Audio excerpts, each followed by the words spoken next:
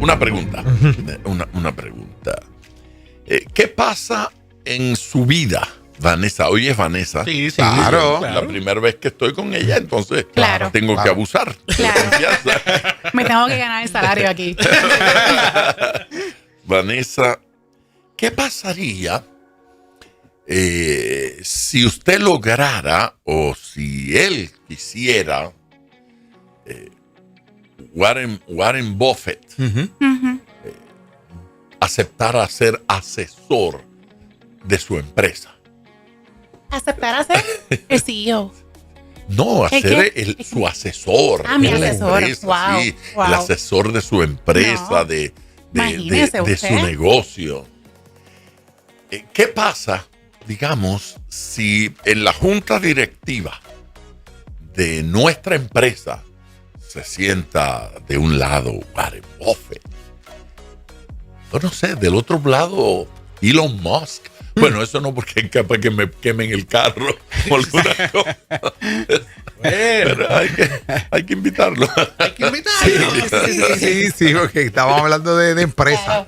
Claro, Sí. claro. Pero yo me siento igual aquí con el doctor Díaz Pavón. Ay, qué linda. Con Esteban, con Hay que Pastor aumentarle el Jerry. sueldo ya. No, no, no. Hay que aumentarle. Tiene sueldo, vacaciones. Sí, de Dios 15 está aquí. minutos. El Señor está Si aquí. pudiéramos resucitar a un John D. Rockefeller para hacerlo parte de la junta directiva de nuestra empresa, ¿qué pasaría con nuestra empresa? Con individuos como esos. ¿Han visto el programa ese de Shark Tank? Buenísimo. 4 o 5 billonarios, bi de 1,000 millones, de varios miles de millones. Se le hace difícil a uno hasta gastar esa cantidad de dinero. ¿Cómo No sabría gasto 1,000 millones? Tengo que gastar varios por mes para que se me gasten los Digo, millones. a esos. usted se le hará difícil, pero no se a las mujeres. Ay, Jesús. ¿Ah? Jesucristo, es verdad. Suelta. Hay gente a quien se hace más fácil Claro, gastar que a otros. Sí, sí. claro. Definitivamente.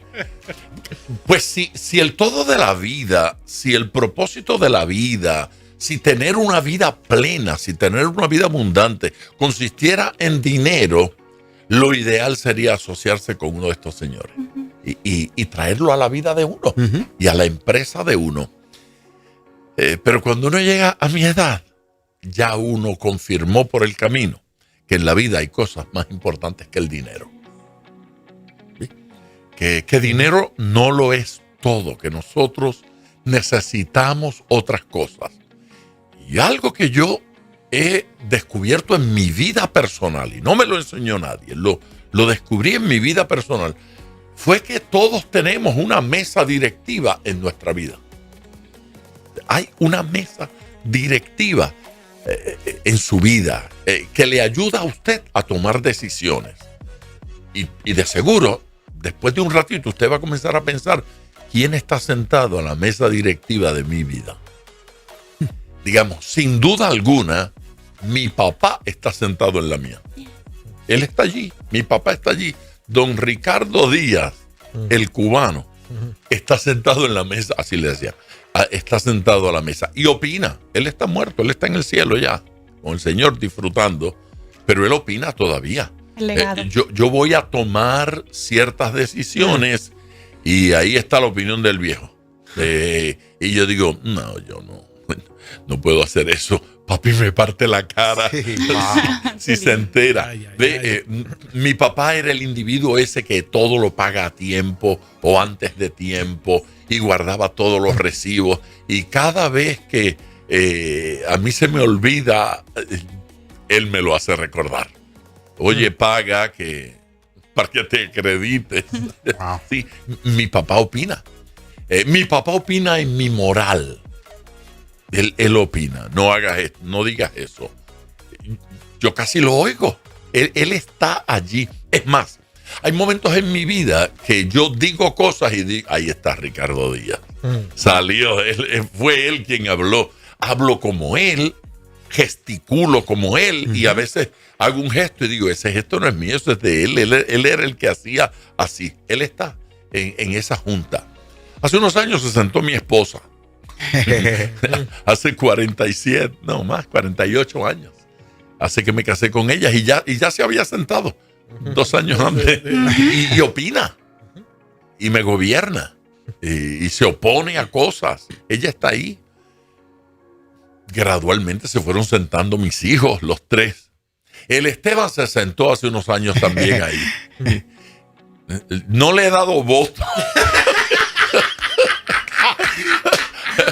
Pero tiene voz. ¿Cómo habla en esa mesa? Él tiene voz y voto. Él se opone y todo. No, pastor, no. Por ahí no es. Qué bien. Y yo supongo que mientras conversamos, usted está pensando en personas que están sentados en esa mesa directiva. Y ese es el todo de nuestra vida. Allí nos jugamos el presente y el futuro. E incluso qué hacer con el pasado. Eso de convertirse no es otra cosa, sino darnos un golpe de estado a la cabecera de la mesa directiva de nuestras vidas y decir, sienta a Jesús donde va, en la cabecera. Colócalo allí, que sea el voto más importante, la voz más importante. Así que cuando nosotros hablamos de vida plena, cuando nosotros hablamos de vida abundante, cuando nosotros hablamos de felicidad, nosotros estamos hablando de tener una mesa directiva responsable. La vida es difícil cambiarla en un instante. Eso de yo voy a ser a partir de hoy un hombre feliz. Yo voy a ser a partir de hoy un hombre sabio, una mujer sabia. Yo voy a ser a partir de hoy... y uno puede decirlo. El problema es cómo realizarlo. Y la forma de realizarlo es uno aprender a traer nuevos miembros a esa mesa directiva. Ay. Hay gentecita que hay que meterlo allí. Allí hay que meter un buen pastor. Yeah. Hay que meterlo y dejar que opine, dejar que hable. Uno tiene que saber cuál es el libro, la Constitución, y tiene que sacar la Biblia y ponerla sobre la mesa y decir, esa es la Constitución de esta empresa. La del pescador, por supuesto. Claro. Es buena, yo la recomiendo, sí. Yo recomiendo que usen esa. Pero hay que ponerla allí. La palabra de Dios tenemos que ponerla allí y dejar que ella gobierne. Hay que ponerla allí no solamente como cuestión de opinión. No, Dios no opina, Dios ordena. Hay un versículo, déjenme leerles este versículo. Está en Proverbios 15, el versículo 22. Los pensamientos son frustrados donde no hay consejo. Los pensamientos son frustrados, los frustramos, no se logra donde no hay consejo. Mas en la multitud de consejeros se afirman. Se los voy a leer ahora en español. Eso fue en hebreo, Okay. pero en español. Explíquemelo. Nueva versión internacional. Mire esto. Cuando falta el consejo, fracasan los planes. Fracasan los planes donde falta el consejo. Cuando abunda el consejo, prosperan. Quiere hablar de prosperidad, tenemos que hablar de consejo. Y estamos hablando del consejo de Dios, de la aportación de Dios, del así dice el Señor. Estamos hablando de la actividad de esa mesa directiva, de esa junta directiva, de esos asesores que tengo, de esos consejeros que tengo. Mire, usted no puede parir los consejos. Y a veces ni se le ocurre una gran idea, pero usted se rodea de gente capaz, de gente que lo ha logrado, de gente que puede. El que se rodea de fracasados va a fracasar. El que se rodea de amargados se amarga. El que conversa con pecadores y le expone su oído al pecador, termina pecando. Porque eso es como el alcohólico que dejó de beber hace 9 meses y va al supermercado de compra. Y va y pasa por donde están las botellas y las mira Y dice, la mira y le dice, pero no, porque ya yo no bebo. Da la vuelta y cuando regresa otra vez acá, vuelve allí y dice, mira cómo han cambiado, mira qué botellas tan bonitas que le hacen ahora. Lo va a piropear por un rato hasta que la echa en el carro. La echa en el carro y termina dándose unos cuantos tragos. Por allí no se pasa. Si usted tiene un buen amigo, un buen consejero, le dice, mira, edita en el supermercado ese pedazo, por allí no pases más.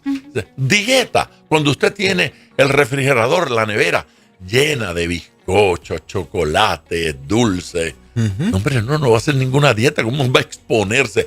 Ve que la Biblia no dice resiste la tentación, la Biblia dice huye. La Biblia no dice pelea contra la tentación, la Biblia dice huye. Nadie pelea contra la tentación y vence. Nadie. No existe. Hay que huir. Sal de allí. Corra de allí. No pase por esa casa. No llame a ese número telefónico. No converse con esa persona. No entre en ese tema. No se exponga. No vea la película esa. Huya. Hay que irse. Interesante que la Biblia dice, por ejemplo, entre las cosas curiosidades de la Biblia, es mejor entrar al cielo sin un ojo.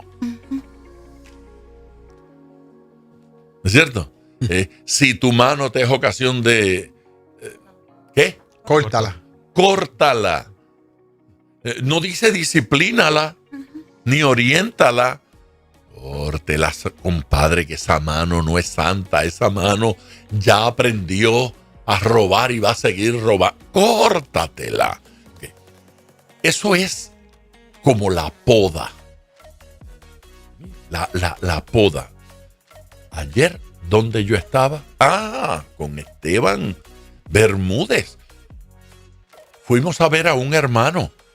Y ese hermano, por la ventana, me enseñó el patio de atrás de ese lugar. Y allí habían varias matas de plátano. Y me dijo, no producían. Eso fue ayer. No, usted estaba. Sí. No producían. Esas matas no daban nada. Pero mi mamá, dice, mi mamá, yo la traje un día y ella quiso sentarse ahí debajo de las matitas de plátano. Entonces me dijo, nene, tráeme un cuchillo. ¿Y para qué, mamá? No te preocupes, que estas matitas yo te las voy a poner a parir ya mismo. Así fue. Cierto. Entonces comenzó a cortarle todas las ramas, las hojas secas. Se las fue. Eso se llama podarla. Las hojitas que se veían más, se las podó. Mi papá podaba los árboles de China, el árbol de mango, la poda. Tan pronto usted las poda, comienzan a salir nuevas hojas. Reverdece. Próximo año, prepárese. La cosecha va a ser grande. Hay que podar. Usted quiere que su empresa crezca, hay gente que hay que botarla. Hay que podar. Usted quiere que su cerebro mejore, hay que podar. Quite áreas, quite razones, quite argumentos, elimínelos. Hay que podar. En nuestra vida necesitamos poda, porque somos como el árbol sembrado junto a corrientes de agua, que da su fruto Su tiempo. y su hoja, No. y todo lo que hace prosperará. Todo lo que hace prosperará. Hay una relación tremenda entre la agricultura y la vida cristiana. Hay una relación tremenda. Toda verdad es paralela. Esa verdad que es real en la vida empresarial, paralelamente es real en la vida espiritual. Esa verdad que es real en la vida material tiene una verdad paralela en la vida espiritual. Y ese paralelismo hay que mirarlo, porque Jesús lo usaba constantemente. La oveja. Jesús lo usaba, la dracma perdida. El agricultor. Jesús utilizaba esas verdades paralelas y las establecía como ley en nuestra vida espiritual. Bueno, pues mi tema hoy era vida abundante. Aprendamos de eso. Me parece que añadiendo a eso de nuestra junta, la gente que está en nuestra directiva, me parece que hay gente que han cerrado la puerta y no permiten esos consejos. Sí. De ninguna índole. Nuestro versículo en Proverbios dice que sin consejo nuestros planes fracasan, porque nadie es capaz de desarrollar un proyecto completo solo con sus ideas. Eso no existe. Tal cosa no existe. Nosotros necesitamos gente que lo hizo antes que nosotros, que lo hizo mejor, que lo hizo bien. De esos hay que aprender, hay que traerlos como consejeros. La abundancia de consejeros es buena, pero solo sirve como consejero aquel sabio a quien puedo traer a la mesa directiva. Si no, déjelo fuera. Espectacular. Este tema está poderoso porque, Esteban, lo que tú dijiste, hay personas que uno pudiera, hay quien no quiere a nadie en esa mesa, y en el momento en que se da cuenta, como establece el pastor por ley, de lo que la palabra, va a haber un fracaso, entonces no abren una, abren 100, y entonces ahí corremos el riesgo de poner las personas los menos indicados por desespero, por inmediatez. Sí, tiene que haber un filtro, tiene Claro. que pasar por un filtro.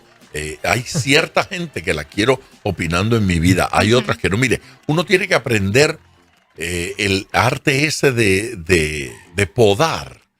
Por ejemplo, la lista de teléfonos que usted tiene, hay que podarla. Hay que podarla. Hay numeritos ahí que tiene que darle delete. Claro. No lo llame más. Ese chismoso lo único que hace es llenarle la cabeza a usted de viruta. Eso es. No es cierto, hay que podarlo. Hay direcciones que hay que podarlas. Mire, hay esquinas en la oficina. Sí, el escritorio aquel, la esquinita que voy allí a hablar de lo que no debo.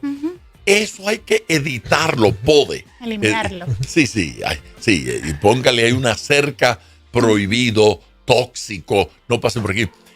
¿Recuerdan los libros aquellos de Corrie ten Boom? Corrie ten Boom, una predicadora de hace unas décadas, ya murió, que alemana, en su casa escondían a los judíos cuando Hitler los quería apresar para asesinarlos, y ellos los protegían. Yo escuché a Corrie ten Boom predicar una sola vez en Carolina del Norte, y esa señora estaba hablando de cómo Dios agarra nuestros pecados y los mete en un saco y los tira a lo profundo de la mar. Estaba usando ese pasaje, pero con tal entusiasmo que yo estaba metido, ya sentado en la orilla de la silla, oyéndola, porque yo estaba metiendo los pecados y las malas actitudes y, bueno, un poco de cosas, y las tira a lo profundo de la mar. Hizo una pausa. Esto fue en los 70 que yo la escuché. Yo era joven. Yo fui joven, aunque usted no lo crea. Yo fui joven. Hizo una pausa y dijo, y luego pone un rótulo en la orilla que dice, prohibido pescar.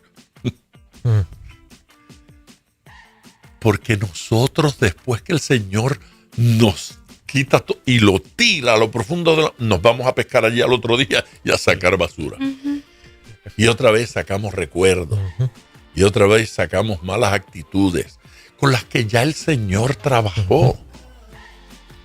Coqueteamos con ellas. Santiago Ríos, un predicador puertorriqueño que ya murió hace años. Él era el dueño de las tiendas San Río. La mayoría de la gente no sabe de lo que estoy hablando, pero usted... Yo creo Sí, yo sé lo que... Bueno, Santiago Ríos oró en mi presencia y de mi esposa por un hombre que tenía los dientes dañados, cariados, y Dios se los sanó todos. Es una historia más larga, pero en detalle.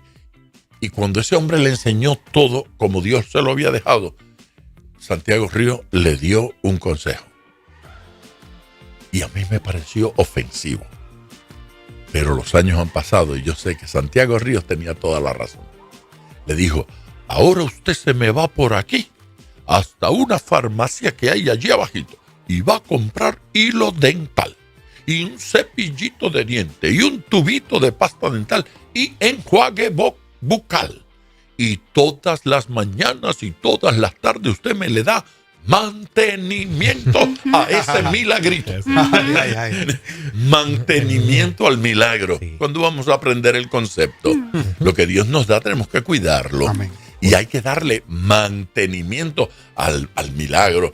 Dios me hizo un milagro y me bajé 20 libras en un culto. ¿Qué? Bueno, dele mantenimiento, porque si mañana sigue comiendo de la misma manera, las 20 libras vuelven. Claro. Se lo dice la experiencia.